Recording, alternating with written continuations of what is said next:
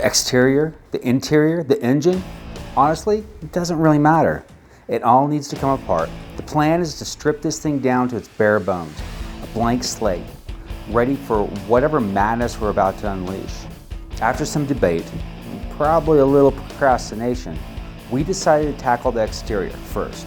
Why? Well, because we have a plan. Sort of.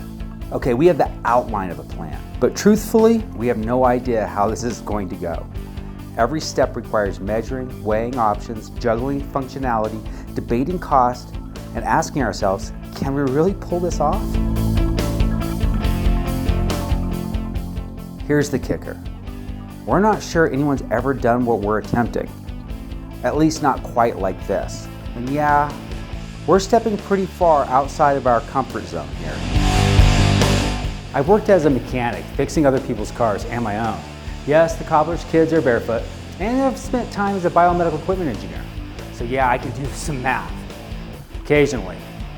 Allie, on the other hand, is a certified welder. Her dad, a Volvo master mechanic.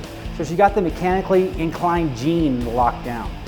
Between the two of us, we've got some decent skills and many stupid ideas. But rebuilding a K-van to be bigger, faster, stronger, that's uncharted territory for both of us. And Nihongo amari hanasemasen? Nihongo amari hanasemasen. So cue the steep learning curve. So what is the plan for the exterior? Doors, skirt, bumpers? Well, if you can even call them bumpers, it's really just plastic pretending to be useful. Roof rack, the windshield, oh wait, is it a windscreen? Whatever it is, it's all needs to come off. Here's the catch. K vehicles in the US fall under the infamous 25-year import rule. Pair that with the states trying to ban them left and right, and you've got yourself a parts hunting nightmare. If you want to know more about us ordering things, watch the agony of getting tires here. Ordering replacement pieces, yeah, they're pricey. And if you're sourcing them from Japan, you've got to add in that great big ocean surcharge on top of that. We are starting with the exterior so we don't accidentally break any high dollar items, like glass. Okay, last time. This is drugs. This is your brain on drugs. Any questions? Now, a quick pro tip for future us. When you're tearing something apart, put every screw, bolt, and washer in a labeled Ziploc bag, write clearly. Or just have someone with good handwriting do it. Trust me, you'll thank yourself when you're not digging through a bin labeled random junk, trying to figure out what holds that thingamajig to that whatchamacallit. Got ideas, suggestions, or just want to cheer us on? Drop a comment below. We'd love to hear from you. Don't forget to like, subscribe, and hit the bell so you're always part of what's next. All right, enough talking. Let's get to the good part, the teardown. Time lapse starts in 3, 2,